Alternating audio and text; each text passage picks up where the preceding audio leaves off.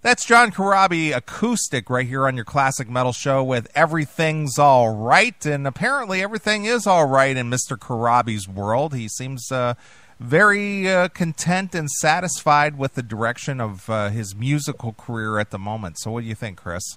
Dude, I agree, man. And he should be. This new Unplugged thing is fantastic. And the only thing I wish is that he was a little more active. And I mean, I know he tours a little bit and he does all these boat cruises and whatnot, but I wish that, that 2 or 3 times a year there was opportunity to see him play, somewhere close, where he would be actually on tour all across the country. I know he plays like regional things here and there, but, it would be nice if he was a little bit more active for me, because he's one that I would go see, whenever he's playing. Doesn't matter what day of the week, doesn't matter where. If it's within 100 miles, I'm going. Well, he did mention that he's got some things in the works for after the first of the year and into the, spring and summer. So you might see him out there, touring with another band or a package or, who knows, solo. You never know. You know this, dude. I know I told you off air before, he's like anything that guy sings, I like. My favorite Motley Crue album is his Motley Crue album. My second favorite thing that he ever did was the addendum, that quaternary that he did with Motley Crue. Then all the Union stuff I listen to all the time. And, the Scream album I listen to all the time. He's one of my favorites. So by all means, he can't put out enough stuff for me. Him and like the Dave Meniketti, both of them just have voices that I can always listen to. Doesn't matter what they're doing, I'm into it. Or Jeff Scott Soto. Or Jeff Scott Soto's another one. Exactly right. Well, John Corabi, he's had a lot of, he's never had a lot of success on his own as a solo artist. Right. And he knows that in order to, butter his bread, so to speak, that the only way that he's going to make any money is to go out there and do his touring. And as I asked him in the interview, where his biggest audience is, again, it's always the European markets. Sure. Well, and in fairness, the Europeans are not trendy. There's a reason that bands like Primal Fear and Astral Doors and everything else, can come out as new bands and find success over in Europe, because the Europeans don't jump trend to trend to trend. They stay with what they liked, and, they like Motley Crue as much now as they did in 1985. Right. Why do you suppose that is? Why do you think that they're so loyal to their favorite music? Do you think that their, media doesn't pollute them as much, or why do you think that is?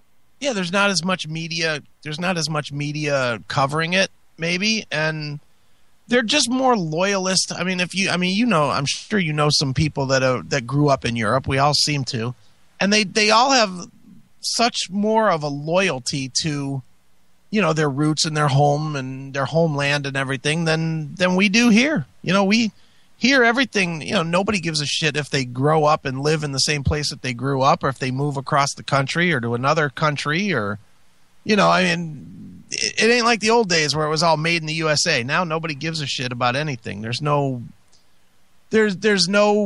stability to it. And when you combine that with the fact that the media just likes to change things up every 5 years, as far as music and entertainment goes, then, it makes sense that there's no loyalty here. You remember the Pantera, the, Great Southern Trendkill. Yeah. It's always about record industry trends with music, and over in Europe they just don't play to that at all. Yeah, everything's disposable heroes, my friend. Well, dude, it's weird. I mean, think about it. You go to Europe and Manowar will headline a show that Metallica plays. Which is craziness when you think about it, because over here Manowar would play what, a 1,000-seat club, if that. Maybe not even that. That's what I mean.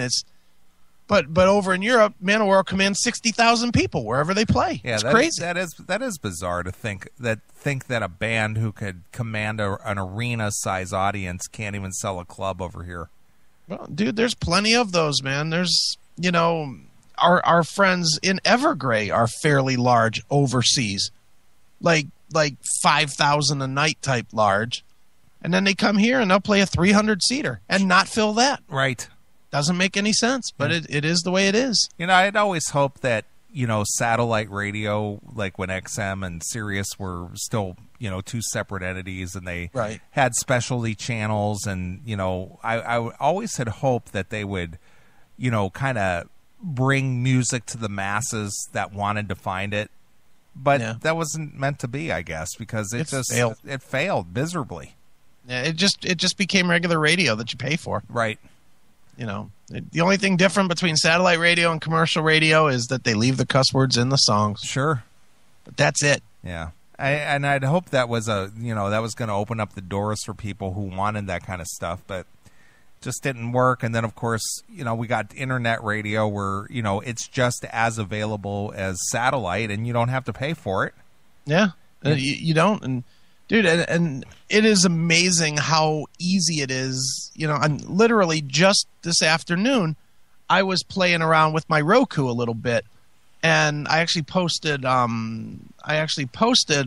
photo on the CMS page for where how you can tune into the CMS 24/7. Yeah.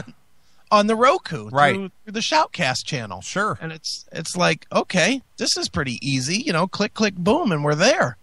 Well, I did get, I bought a Roku a couple weeks ago, and I got one of their, email advertisements as, now your favorite music is on the Roku.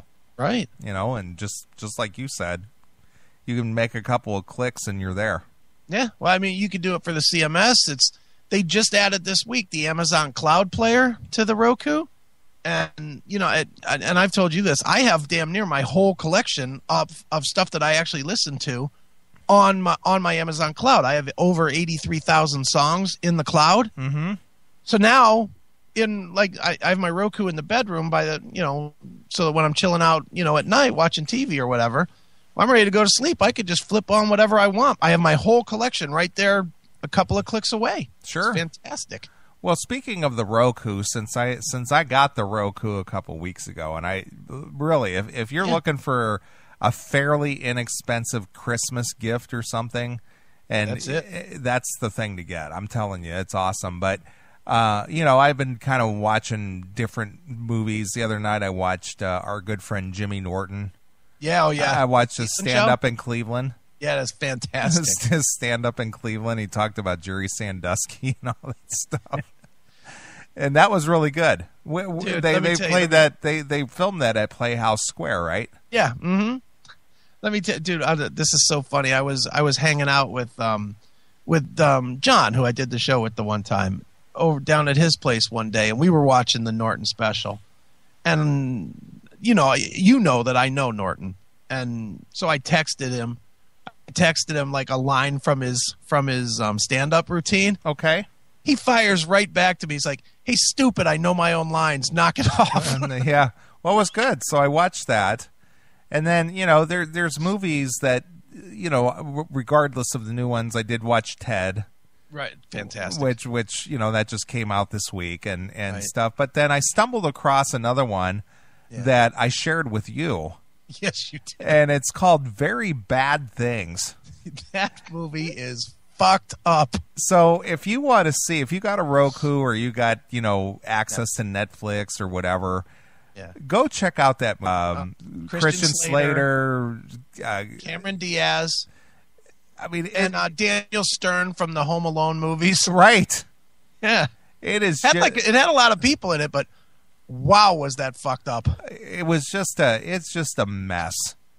It was a mess, but it was it supposed to be funny, or are we just so sick that we found it funny? I think it was supposed to be kind of in that Fargo vein where it's a dark comedy. Yeah, it's definitely, Fargo is a very good comparison to that movie.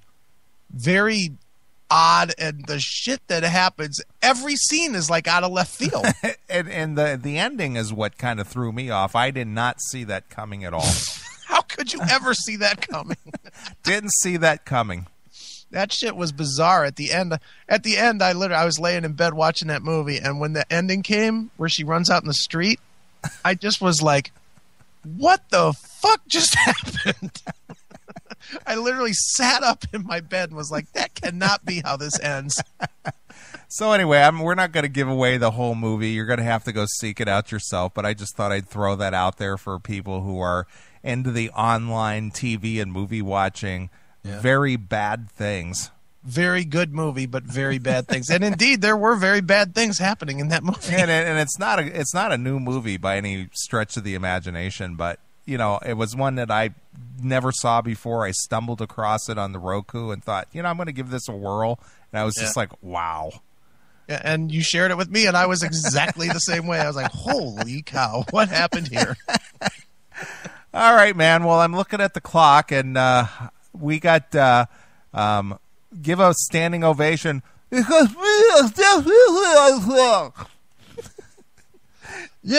the phones of the unprecedented success for playing this new record from TNN. Well, I'm gonna give the Metal Mayhem show a little treat and show them how to actually do an interview. So I'm gonna talk to Jeff Pilson, who I've been friends with for 20 years. That's one of the two Jeffs, the one that spells it Jeff, right? Right, not Geoff.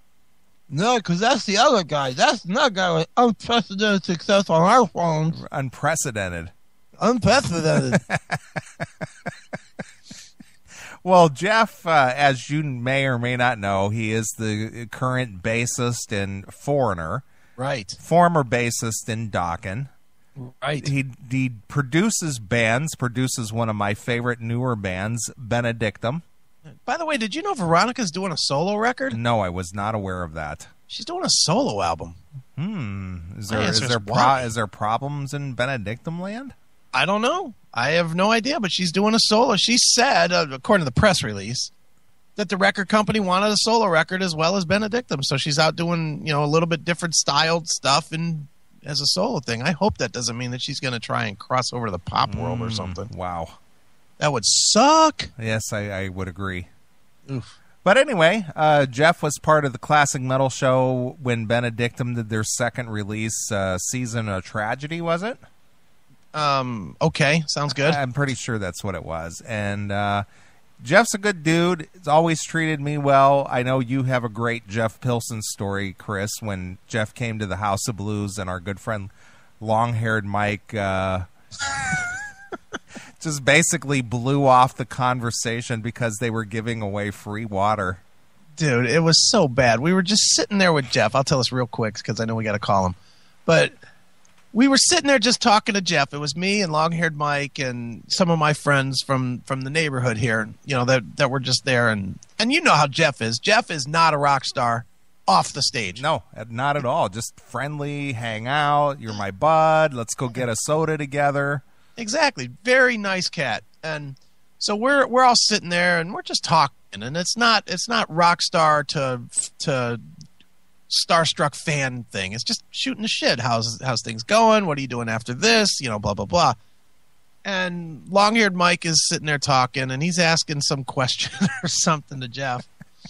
And then he looks over and he sees water, and he stops mid-sentence and goes, "Oh, free water!" Boom, gone. Up out of the conversation pit over to grab a free bottle of water. Free bottle of water. And Pilson looked at him, and then he looked at me. I was like, "Not with me, dude." Free water. I was like, free water? Really? Isn't it all free water? So funny. Fucking knothead. Right. All right. Well, anyway, Jeff Pilson is involved with his former Dokken bandmates, George Lynch, Wild McBrown, doing this thing called TNN. They're not allowed to use tooth and nail. Oh, horrors. That would be terrible. I know, because they don't want to get sued. Should have called it Just Got Lucky. Right. And so, you know, we asked him to be a part of the Classic Metal Show. I haven't spoken with him for a while, and it'll be good to talk to Jeff. So let's play a song from the TNN. I know you're kind of gritting your teeth over there, Mr. Akin. Well, as long as you don't play one of the Dokken covers, I'm okay. I think the originals aren't bad. Okay. Well, since Dokken released a CD back in September called Empire... Sure. These guys are still being subservient to Dawn. This is Slave to the Empire. Very nice.